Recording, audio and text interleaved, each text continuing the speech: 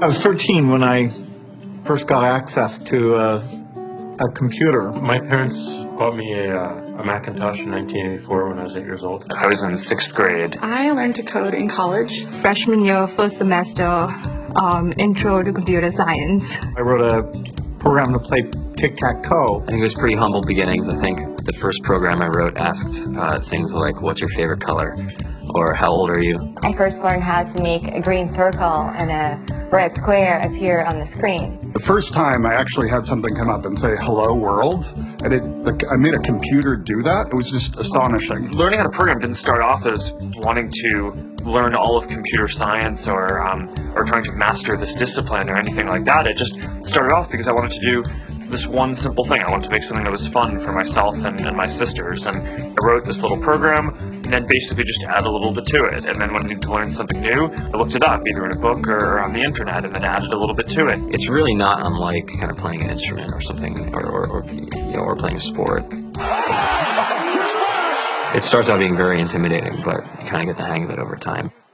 Coding is something that can be learned, and I know it can be intimidating. A lot of things are intimidating, but what isn't? A lot of the coding that people do is actually fairly simple. It's more about the process of breaking down problems than sort of coming up with complicated algorithms as people traditionally think about it. You don't have to be a genius to know how to code. You need to be determined. Addition, subtraction, that's about it. You should probably know your multiplication tables. You don't have to be a genius to code. You have to be a genius to read. Even if you want to become a race car driver or play baseball or build a house, all of these things have been turned upside down by software. What it is computers are everywhere. You want to work in agriculture?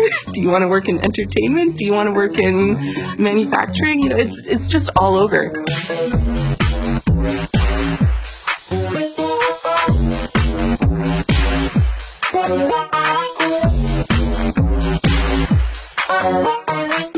Here we are, 2013.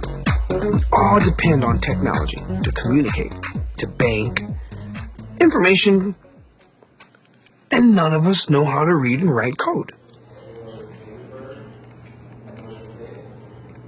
When I was in school, I was in this after-school group called the Whiz Kids, and when people found out, they laughed at me and all these things. And I'm like, man, I don't care. I think it's cool, and I'm learning a lot, and some of my friends have jobs. Our policy is literally to hire as many talented engineers as we can find.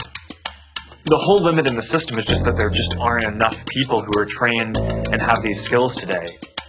To get the very best people, we try to make the office as awesome as possible.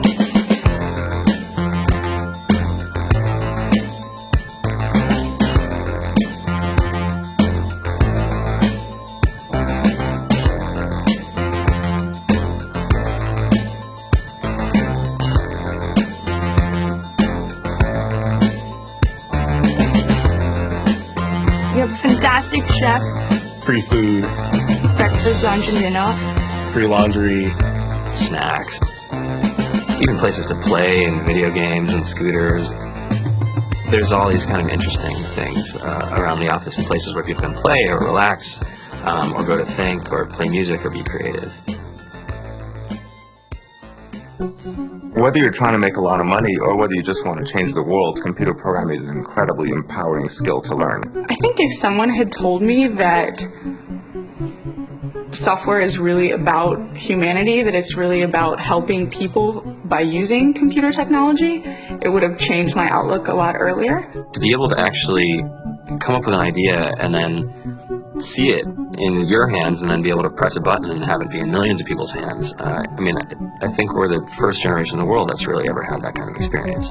Just to think that you can start something in your college dorm room and you can have a set of people who haven't built a big company before come together and build something that 1 billion people use as part of their daily lives is just crazy to think about, right? It's humbling and it's amazing. The programmers of tomorrow are the wizards of the future. You're going to look like you have magic powers compared to everybody else. I think it's amazing. I think it's the closest thing we have to a superpower.